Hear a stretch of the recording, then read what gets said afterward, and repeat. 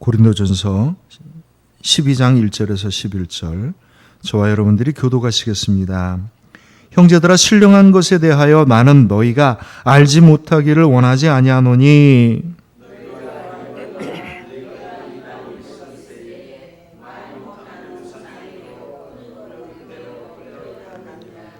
그러므로 내가 너희에게 알리노니 하나님의 영으로 말하는 자는 누구든지 예수를 저주할 자라 하지 아니하고 또 성령으로 아니하고는 누구든지 예수를 주시라 할 수 없느니라. 직분은 여러 가지나 주는 같으며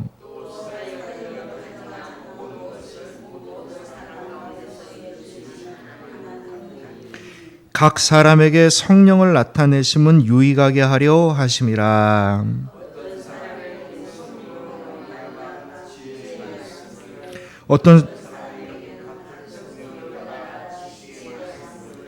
다른 사람에게는 같은 성령으로 믿음을, 어떤 사람에게는 한 성령으로 병 고치는 은사를,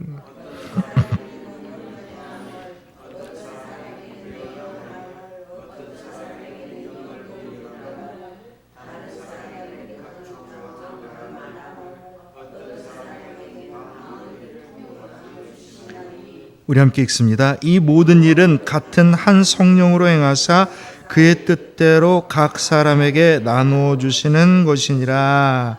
아멘. 오늘 이 말씀의 제목을요, 제가 성령과 그리스도인 그리고 교회라고 말씀의 제목을 정해 보았습니다. 성령과 은사에 대한 이야기입니다. 우리는 보통 흔히 성령을 경험하고 그 능력을 누리는 일이 그냥 받은 사람에게만 일어나는 일이라고 생각하기 쉽습니다. 또 성령을 경험하고 그 능력을 누리는 일이 모든 사람이 아니라 어떤 특정한 사람들에게만 나타나는 역사라고 생각하기 쉽습니다. 더 나아가 우리는 흔히 성령을 받은 그 은사에는 각각 등급이 있고, 그리고 그 모든 사람들이 받은 성령이 각각 똑같지 않다라고 생각하기가 쉽습니다. 사실 이런 오해들은요, 어디에서 나오는 거냐면 이 영의 세계라고 하는 것이 꼭 성령을 통해서만 나타나는 게 아니었기 때문이에요. 영의 세계라는 영의 세계가 있습니다. 우리가 흔히, 그러니까 분명하게 얘기하는 건 성령의 세계가 있고요, 세상에서 있는 악의 영의 세계가 있습니다. 근데 이거는 질이 좀 달라요. 그러니까 똑같은 영적 체험을 했다고 해서 다 성령을 체험한 건 아닌 거죠. 여러 나라들마다, 민족들마다 신앙의 특징이 있는데, 특별히 우리나라는요, 성경의 말씀은요, 말씀대로 강하고 성령의 역사는 성령의 역사대로 강합니다. 특별히 우리나라에게서 나타나는 이 성령의 은사와 놀라운 일들은요, 세계 교회사에서도 참 규모를, 그 예를 찾기 힘들 정도로 굉장히 뜨겁고 또 굉장한 역사를 우리가 이뤄냈던 것을 우리는 자랑스럽게 생각을 합니다. 심지어는요, 하버마스라고 하는 그 유명한 신학자가 앞으로 성령 시대에 성령의 역사가 일어나는 한국 교회를 아주 좋은 모델처럼 이야기하는 것을 제가 본 적이 있습니다. 그런데 이 성령이 강한 것만큼, 영의 세계가 우리나라 민족과 나라에게 강한 것만큼 우리나라가 보통 유교와 불교와 무속신앙의 영향을 받는데, 유교와 불교가 꽤 오랫동안 우리나라를 지배했었음에도 불구하고 사실상 우리나라에게 굉장히 강하게 역사하는 것은 무속신앙, 샤머니즘이 굉장히 강하게 역사를 합니다. 불교가 들어와도 샤머니즘이 되고, 유교가 들어와도 그렇게 큰 영향을, 그러니까 큰 힘을 발휘하지 못하는 이유 중에 하나가 뭐냐면, 우리나라는 무속신앙의 전통이 너무 강하기 때문입니다. 사실 영의 세계에서 우리가 본질을 따질 때는 선한 영과 악한 영을 따지는 거고요, 그 역사함을 빌었을 때는 성령의 역사와 샤머니즘을 우리가 구분을 합니다. 우리가 영의 세계에서 가장 위협되는 것은요, 샤머니즘적인 전통들이 우리 안에 들어왔었을 때 그게 크게 위협되는 일들을 우리가 볼 수가 있습니다. 그럼 무속신앙이 다 나쁘냐, 영의 세계가 다 나쁘냐, 꼭 그렇지는 않아요. 왜냐하면 샤머니즘으로부터, 우리의 무속신앙으로부터 우리 기독교가 굉장히 큰 영향을 받은 좋은 것들, 즉 성령과의 공통점이 굉장히 많이 있습니다. 겉으로 드러났을 때는 새벽 기도회라든지 금요 철야 기도회라든지 이런 전통들이 무속신앙에서 나온 전통들이고, 그것이 또 우리 한국교회의 굉장히 중요한 특징을 이루기도 하고 큰 능력을 이루기도 하는 아주 좋은 예의가 될 수 있습니다. 모든 영의 세계는 공통점이 있는데 그게 뭐냐면요, 세상에서 세상을 움직이고 다스리는 것은 눈에 보이는 재물이나 권력이 아니라 영의 힘이 세상을 다스리는 실질적 힘이다라고 보는 것이 바로 성령이나 샤머니즘이나 이 영적 세계가 갖고 있는 공통점입니다. 두 번째는요, 이 영의 능력과 힘은 그 영을 영접하고 받아들일 때만 나타난다라고 하는 거고요. 또 공통점은 그 영이 각 사람을 인도하여서 그 사람의 임한 영이 그 사람이 겪고 있는 삶의 중요한 고비와 문제들을 이겨나갈 수 있는 능력이 된다. 이게 영적 세계의 공통점이에요. 그 다음에 영적인 능력을 덧입어서 힘입어서 살아가려면 그 영이 진실함으로 열려 있어야 되는 거고, 그의 삶이 정성을 다해서 그 영을 따를 때만이 그 영의 능력이 나타난다, 이렇게 보는 거죠. 이 영적 세계의 공통점이에요. 그러니까 우리가 성령에 대한 것을 영접하기 전에, 복음의 말씀을 받아들이기 전에 이미 우리는 영적 세계 속에서 살고 있었기 때문에 성령의 역사가 너무 자연스럽게 우리에게 다가온 겁니다. 그런데 이런 영적 세계에 대한 것이 익숙하기 때문에 나타난 우리의 성령의 경험들이나 생각이 꼭 좋은 것만은 아니에요. 왜냐하면 이 안에 무속신앙이 갖고 있는 단점들, 문제점들이 함께 뒤섞여서 들어왔기 때문입니다. 그 첫 번째가 뭐냐면 무속신앙에서는요, 영들이 각각 다릅니다. 영의 세계가 있는데 이게 하나, 성령이 하나라고 보지 않냐고. 영의 세계가 각각 달라요. 그러니까 자기가 받은 영이 저 사람이 받은 영과 같지가 않은 겁니다. 그리고 같지가 않기 때문에 비교가 되는 것이기도 하고요, 갈등을 일으키는 것이기도 하고요. 이때 이것을 교통정리하는 힘이 뭐냐면 누가 더 강하고 큰 센 영을 받았느냐, 이게 중요했던 거예요. 영이 똑같지 않고 영의 근본이 어디에 있다고 보는 거냐면 힘에 있다고 보는 겁니다. 파워에 있다고 보는 거예요. 그래서 내가 강한 영을 받았었을 때 내 인생이 다른 영들을 다스리고 누르고 내가 이겨나갈 수 있는 힘이 된다, 이렇게 보는 거죠. 이게 샤머니즘입니다. 이 샤머니즘의 영은요, 그 영이 각각 다르기 때문에 받은 자만이 복되는 거고요, 그 영은 그 사람에게만 효력이 있는 거예요. 이게 샤머니즘입니다. 사도 바울이 성령과 은사에 대한 이야기를 쭉 정리를 합니다. 이게 왜 정리를 했겠어요?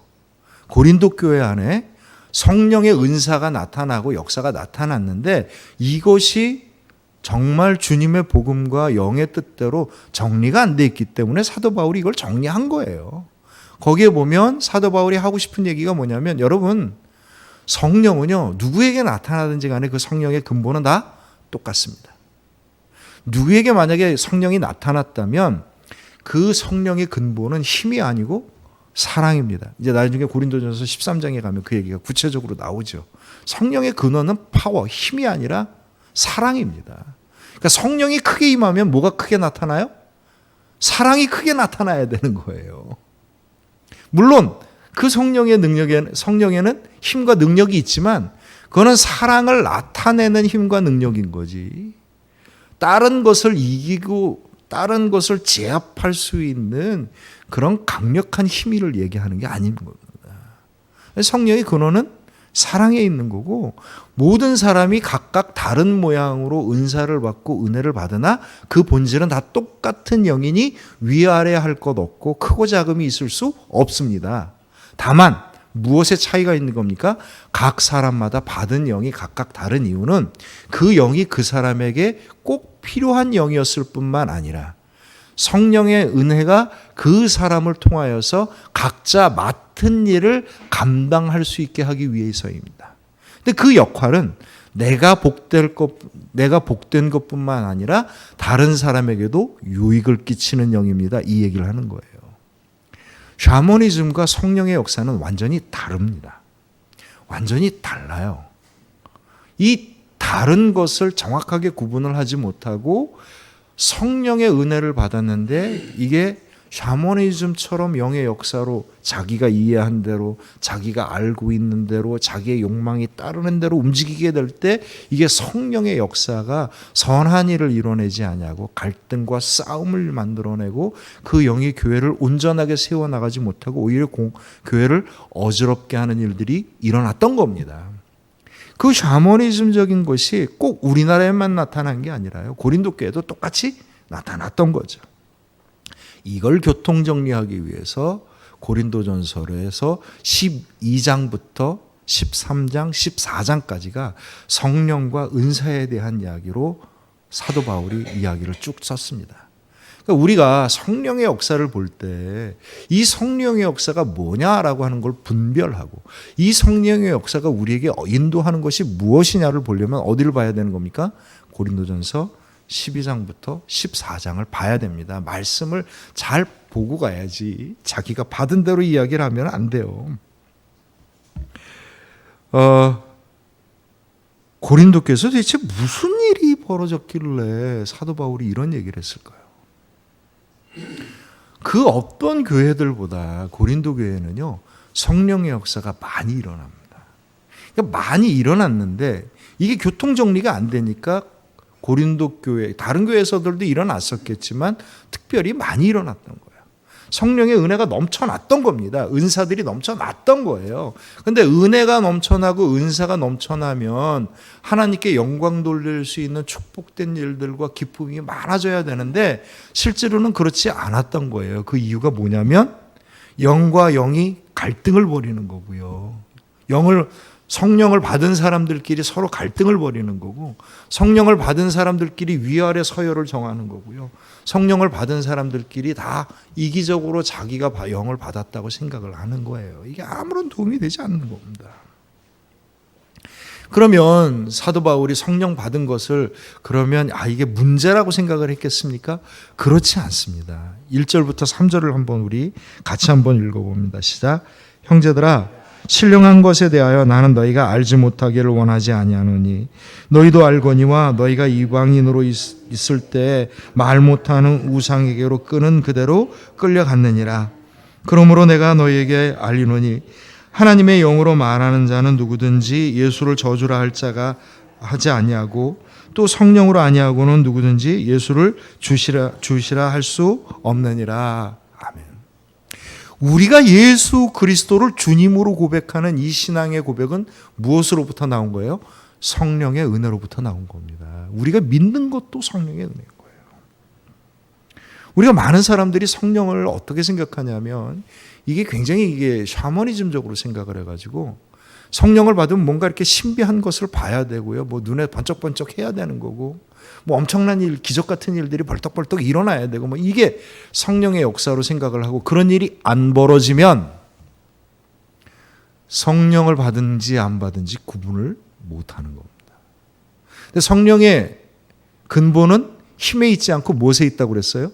사랑에 있는 겁니다. 내 마음속에서 사랑의 마음이 깊어지면 무엇이 역사한 겁니까? 성령께서 나에게 역사하신 겁니다.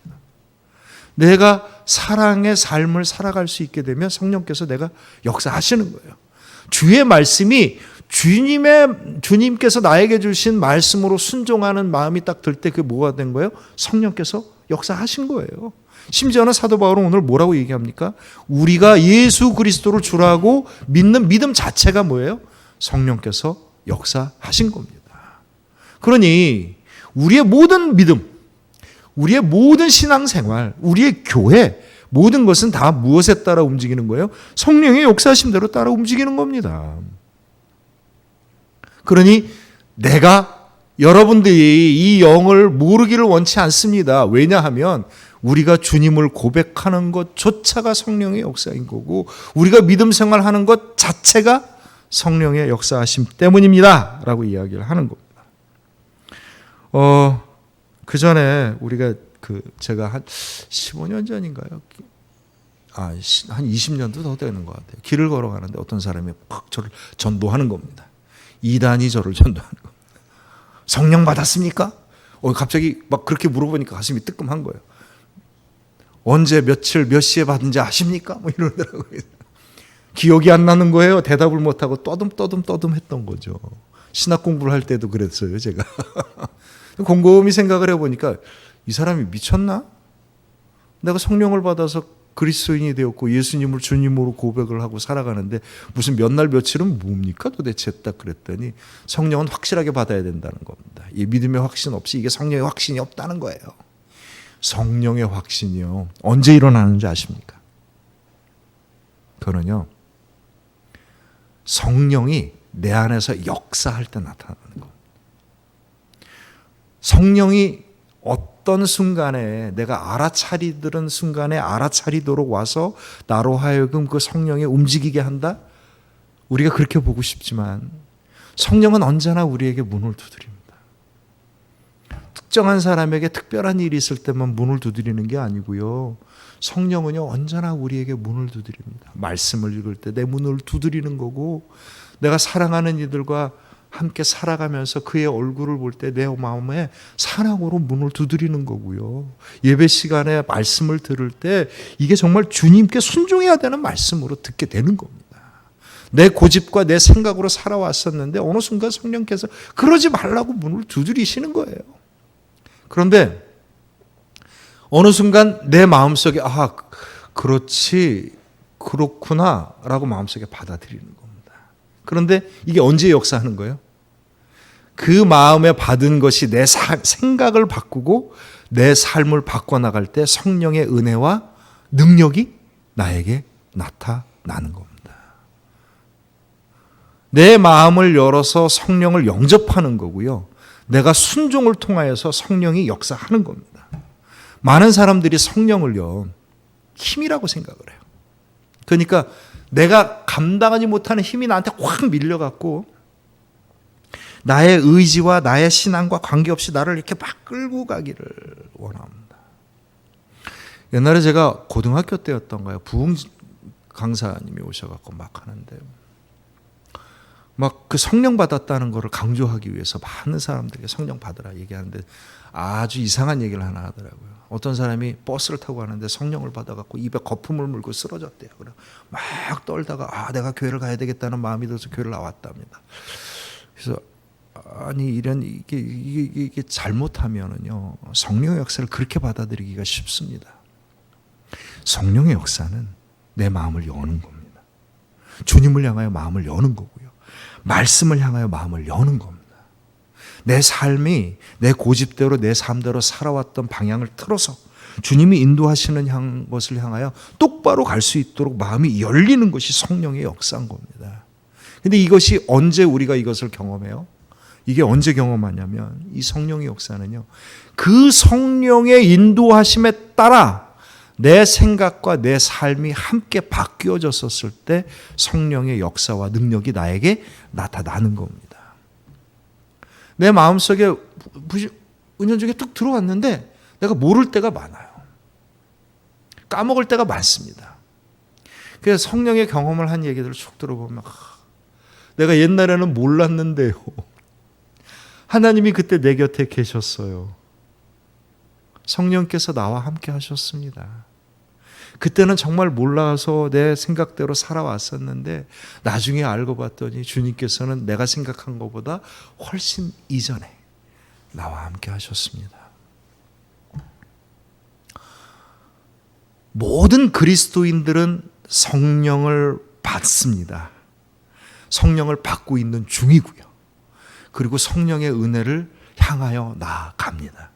모든 그리스도인들. 다만 이 성령의 은혜와 능력이 나의 믿음의 순종을 통하여서 나타납니다. 여러분 저를 한번 따라합니다. 모든 그리스도인은 성령을 받았습니다. 지금도 받고 있습니다. 나에게 임한 성령이 은혜와 능력으로 나타날 때는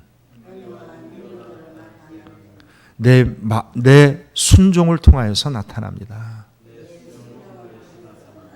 이것이 성령의 역사하심입니다. 성령의 역사하심은 내 손에 주어진 칼자루가 아니고요. 내가 가는 길에 나의 모든 것을 변화시켜 나가고 더해 주시는 하나님의 축복과 능력이 되기 때문입니다. 그런데 도대체 이 성령의 은혜를 받았는데 고린도 교회에서는 어떻게 된 거냐면, 무슨 일이 벌어진 거냐면, 자기가 받은 성령의 은혜가 있고 이 사람이 받은 성령의 은혜가 있는 거예요. 다른 겁니다. 다르니까 이게 누가 옳으네 그르네 싸움이 붙은 거예요. 여러분들 우리 한국 개신교회가 언제 시작합니까? 1880년대 시작을 합니다. 누구로부터요? 미국에 온 선교사로부터 시작했다고 우리는 알고 있습니다. 물론 미국에서 온 선교사가 우리 한국교회 개신교회를 강건하게 세운 건 맞고요. 놀랍게 부흥시킨 거 맞습니다. 그러나 최초의 우리나라에 들어온 복음은요, 선교사를 통해서가 아니라 우리나라 사람들이 만주에 가서 성경을 배우기 시작하면서 시작을 합니다. 그래서 우리나라 최초의 교회였던 황해도 소래교회가 선교사들이 세운 게 아니고 만주로 인삼 팔러 다니던 장사를 하던 서상윤이라는 사람이 그곳에서 병을 얻었는데 선교사로부터 그쪽에 있는 만주에 와 있는 선교사로부터 복음을 듣고 그쪽에서 성경을 봤는데 그가 치유함을 받은 것과 동시에 성경을 보면서 이 말씀을 믿어갖고 우리나라의 최초에 세운 교회가 황해도에 있었던 소래교회였습니다. 근데 재밌는 건 뭐냐면 서양 사람들을 만나기 전에 성경을 통해서 예수님을 믿었던 사람들이 우리나라 안에 퍼지기 시작한 거예요. 초대교회 기록에 보면 우리나라 사람들이 주님을 보기를 사모하는 마음으로 기도를 열심히 해갖고 예수님을 봤습니다. 이 사람이 본 예수님의 모양이 어떤 모양인지 아십니까? 산신령 할아버지였어요. 산신령 할아버지였습니다. 나중에 이제 선교사님들이 들어오면서 복음을 전하면서 예수님 얼굴도 같이 보여주었죠. 우리가 요즘 흔히 보고 있는 그런 서양 사람의 예수님입니다. 자, 그러면 성령을 받아서 산신령 할아버지를 예수님으로 만난 사람과 서양인 예수님으로 만난 사람이 서로 얘기하는데 다르잖아요. 어떤 게 맞습니까? 둘 다 맞습니다. 둘 다 맞습니다. 서양인 예수님은요, 서양 사람들이 자기들과 똑같은 모양으로 그린 예수님인 거고요. 아프리카 사람은 아프리카 사람대로 예수님을 그리는 거고요. 유대인들은 유대인들대로 자기들의, 중동 사람은 중동 사람대로 자기 예수님을 그리는 거예요. 유독 한국 사람만 서양 예수님을 그려놓고 있습니다. 어찌됐든 예수님의 얼굴이 누구냐가 중요하지 않습니다. 그게 아시아인이든 동양인이든 흑인이든 아프리카 사람이든 서양 사람이든 유럽 사람이든 이게 중요하지 않아요. 내가 영접한 예수님이 십자가 부활을 통해서 자신의 모든 것을 내어줌을 통해서 우리가 구원을 얻었다는 게 중요한 거고요. 그 예수님의 핵심이 세상과 같은 이기심과 차별과 증오와 힘이 아니라 사랑이었다는 것이 핵심인 겁니다. 그러니 성령을 받은 건 누구나 다 똑같이 받습니다. 누구나 다 똑같은 사랑의 은혜를 받아요. 그런데 그가 받은 것이 각각 어떻게 됩니까? 다르게 나타나는 거예요. 그 성령에 받은 거는 무엇을 통해서 나타나는 거냐면 그 사람이 갖고 있는 생각, 그 사람이 갖고 있는 능력만큼 드러나는 겁니다. 하나님께서 원래 주셨던 그 사람의 마음만큼, 하나님께서 원래 주셨던 그 사람의 능력만큼 성령의 역사가 나타나는 겁니다. 여기에서 이제 문제가 생기기 시작합니다. 그러니까 사도 바울은요, 이 사람이 받은 성령의 은혜와 이 사람이 받은 성령의 은혜가 다르지 않다는 겁니다. 똑같다는 겁니다. 근데 세상 사람, 이 성령을 받은 고린도 사람들이 어떤 문제가 생겨나냐면, 내 성령이 더 세고 네 성령이 낮아. 그러니까 내 성령이 더 큰 거고 네 성령은 작은 거야. 그래서 힘싸움을 하기 시작을 합니다. 요즘은 그런 일이 없지만 옛날에 그 뭐 40일 금식 기도에 무슨 뭐 유명한 기도원에 가서 은혜 받고 오는 사람들이 교회 오면은 이게 뭐 좋은 일들도 많고요. 훌륭한 일들도 많이 하지만 문제가 될 때도 많습니다.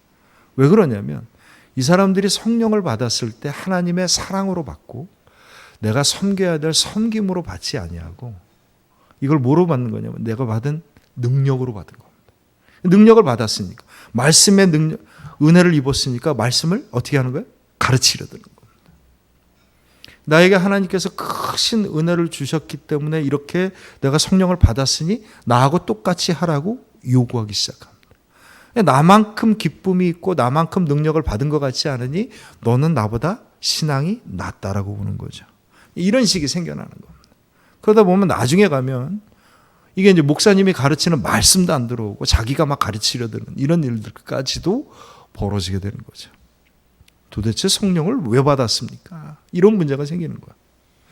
성령은요, 우리에게 하나님께서 주시는 능력인데 이 능력이, 이 힘이 어떤 데 있는 거예요? 꼭 쓰여질 때가 있는 거예요.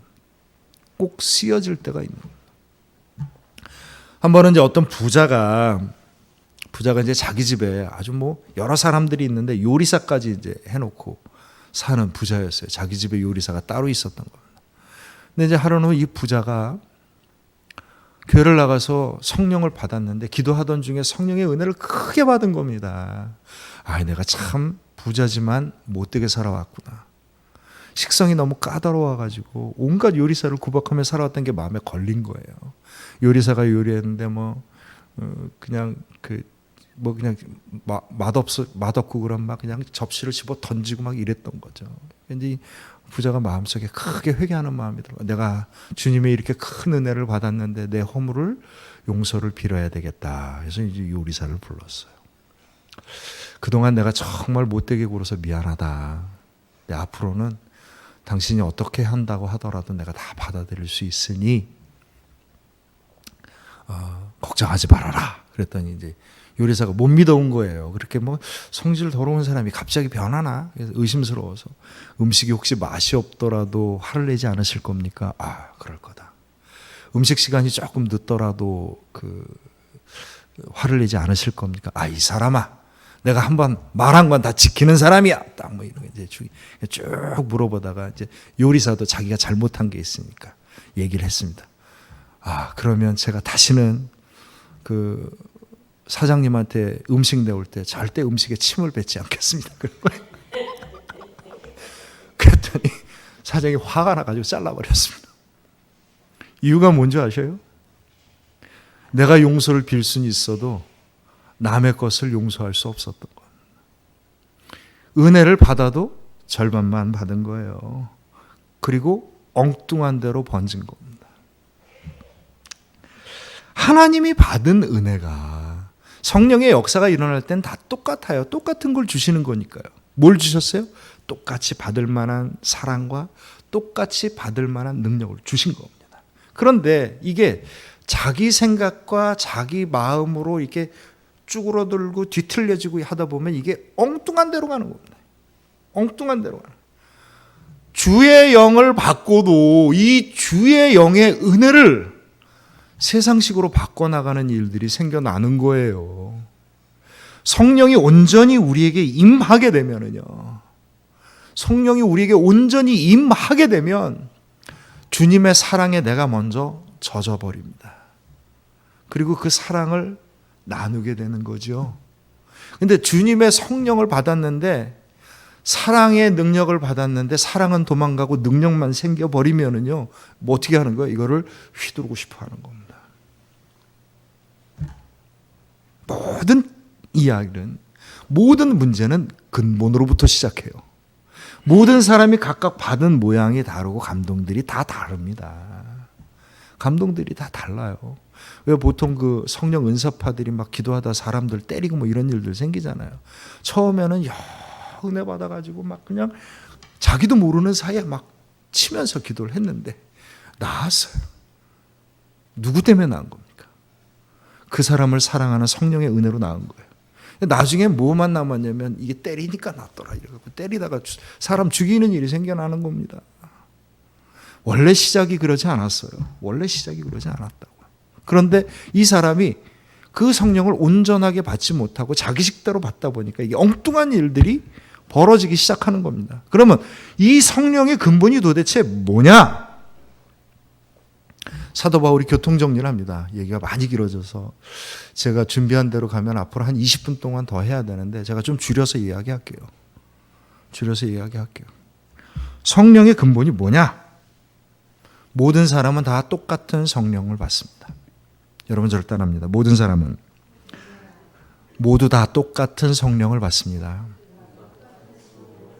어떤 사람이 받은 성령은 크고 강하고 대단한 거고 어떤 사람이 받은 건 별 볼 일 없고 보잘것없는 일이 일어날 수 있습니까? 없습니까?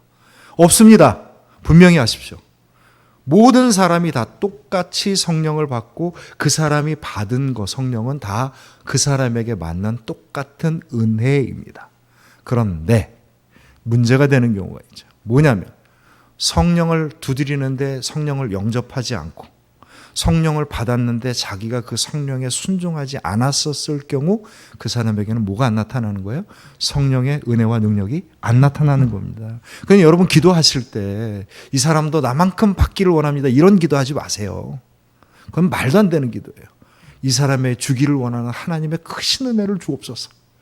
이 사람에게 꼭 필요한 하나님의 은혜를 주옵소서. 이렇게 기도하셔야 됩니다. 그리고 그가 만약에 하나님이 사랑하시는 게 내 눈에 뻔히 보이는데도 그것을 온전하게 나타내지 못할 때 무엇을 위해서 기도하셔요? 이 사람이 성령에 순종할 수 있도록 주님 역사해 주옵소서. 이렇게 기도하셔야 합니다. 큰 성령과 작은 성령이 없고요. 큰 능력과 작은 능력이 없습니다. 다만 모든 성령은요, 그 사람에게 합당한 성령이 임하여지는데 그 합당한 성령이 순종하지 않는 자에게는 온전히 드러나지 아니하고요. 순종하는 자를 통하여서 온전히 이것이 드러나게 되는 겁니다. 두 번째는요, 사랑에 대한 건 나중에 13장에 또 할 테니까 놔두고요. 모든 성령이 그 사람에게 임하는 데는 반드시 뭐가 있습니까? 목적이 있습니다. 목적이 있어요. 그 목적이 뭡니까? 오늘 7절 말씀을 우리 함께 읽어봅니다. 오늘 7절 말씀을 같이 읽어봅니다. 시작. 각 사람에게 성령을 나타내심은 유익하게 하려 하심이라. 아멘. 성령이 우리에게 주시는 목적이 뭐라고요? 유익하게 하는 겁니다. 성령은요, 유익한 거예요. 나에게 은혜가 되고 나와 함께하는 이에게 함께 은혜가 되어야 되는 겁니다. 성령은 나만 받는 게 아니라 나와 함께하는 자에게 유익을 끼치기 위해서 있는 거예요. 그러니까 교회는 어떻게 세워지는 거냐면 성령을 받은 사람들이 자기가 받은 은혜와 은사를 나누고 섬김을 통하여서 교회가 세워져 가는 겁니다. 교회는요, 건물로 짓는 게 아니고 돈으로 짓는 게 아니고 조직으로 만드는 게 아닙니다. 교회는 뭘로 만드는 거예요? 성령의 은혜와 은사로 지어지는 겁니다. 내가 받은 은혜와 은사를 감사하고 기뻐하면서 내가 받은 대로 나누게 될 때 이게 작은 퍼즐 조각처럼 모여져서 뭐가 되는 거예요? 교회가 되는 겁니다. 가정도 똑같아요. 내가 받은 은혜와 은사대로 내가 열심히 나누고 섬기는 내 본분을 다하게 될 때 뭐가 되는 거예요? 이게 하나님이 기뻐하시는 가정으로 온전하게 이루어지는 거죠. 성령은 나에게 주는 유익이 있고 나를 통하여서 다른 이에게 나누고 섬기게 하는 유익이 있습니다. 성령이 나에게 주시는 은혜와 은사는 나에게 꼭 필요한 은혜와 능력이 있고요. 다른 사람에게 나누어 주어야 될 은혜와 나눔과 섬김의 은혜와 능력이 있는 겁니다. 그래서 성령의 목적은 뭐냐면 유익한 거예요. 내가 누구에게 보여주기 위한 것도 아니고요. 남에게 휘두르기 위한 것이 아닙니다. 오히려 나누고 섬기게 하기 위해서 성령의 은사가 나에게 나타나는 겁니다. 하나님이 저를 목회자로 세워서 여러분에게 무엇을 나누게 하십니까? 하나님의 말씀의 뜻을 나누게 하십니다. 어떻게 교회가 세워야 되는지를 나누게 하시고요. 천국이 무엇인지를 이끌어 나가는 길로 인도하는 것을 나누게 하셔요. 그것이 목사가 세워진 이유입니다. 사모와 권사와 장로와 집사님 모든 분들이 다 뭐예요? 유익하게 하기 위해서 세움을 받은 겁니다. 성령은 내가 갖고 있는 소유물이 아니에요. 은사는 하나님이 쓰시길 원하는데 쓸 수 있어야 이게 온전한 은사이고 하나님의 은혜인 겁니다. 그러니 은혜는 받는 것일 뿐만 아니라 어떻게 해야 돼요? 온전하게 쓸 줄 알아야 되는 겁니다.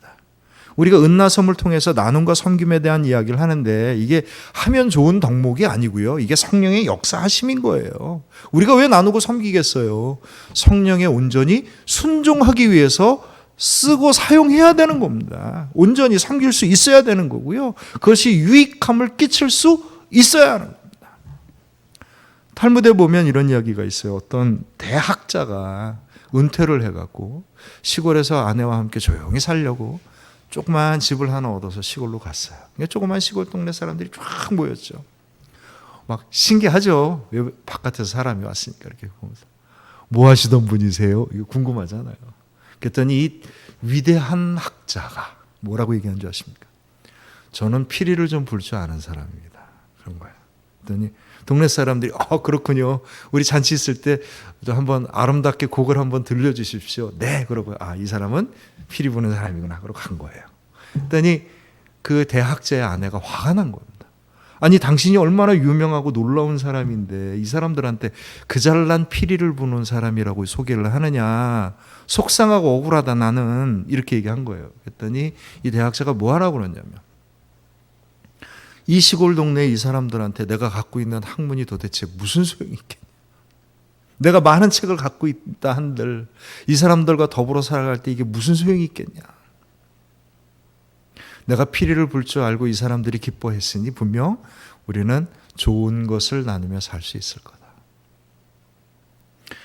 우리는요 은사와 능력을 드러내기 위해서 사용합니다. 안 드러내고 싶지 않아도요 그렇게 살면 살아요. 왜냐하면 그것이 정말 나누고 섬기는 것인지를 모르게 되면은요 아무리 겸손하려고 애를 써봐야 도저히 겸손해질 수 없습니다.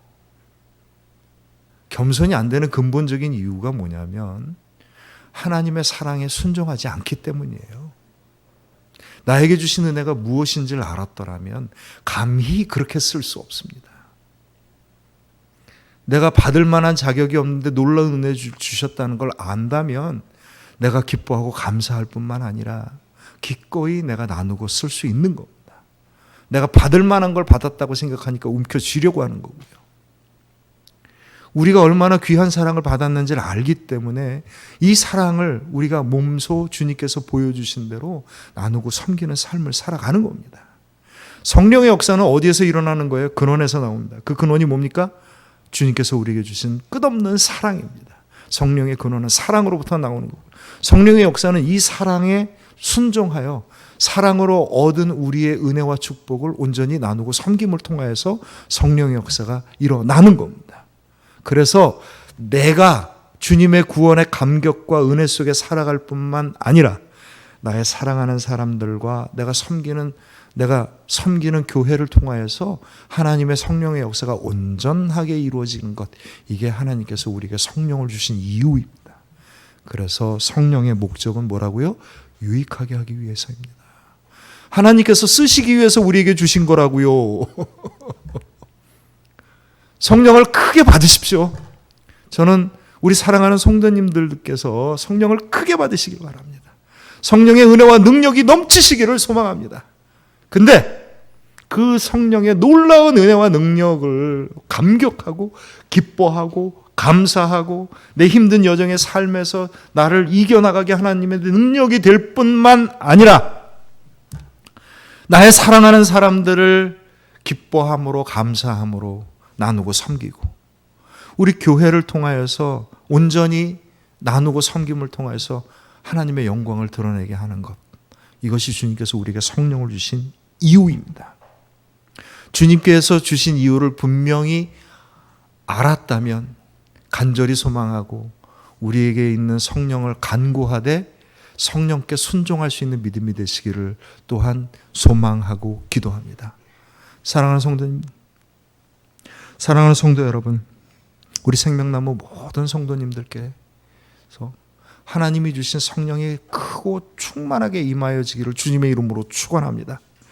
그래서 그 사랑에 젖어서 녹아들어서 그 사랑의 힘과 능력으로 내 마음과 내 생각과 내 삶이 변화되고 세상에 견딜 수 없는 모든 것들을 이겨나가는 그 놀라운 축복과 은혜를 통하여서 내 사랑하는 가까운 이들을 섬기고 나누고 우리 교회를 온전케 함을 통해서 하나님의 영광을 돌릴 수 있는 저와 여러분들의 복된 믿음이 되시길 주님의 이름으로 축원합니다. 기도합니다. 자비하신 주님, 감사합니다. 우리에게 성령을 주시고 그 성령의 은혜 가운데 살아갈 수 있게 하심을 감사를 드립니다. 내 영혼을 활짝 열어서 주님께서 주시는 온전한 성령을 받을 수 있는 복된 믿음들이 될 수 있도록 축복하시고 은총을 베풀어 주시옵소서.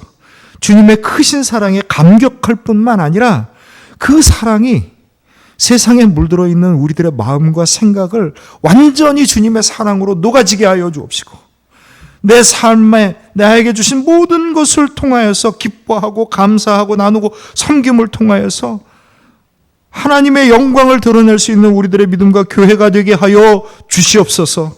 성령이여 이 자리에 오셔서 우리와 함께하여 주시옵소서. 감사드리며 예수님 이름으로 기도합니다. 아멘.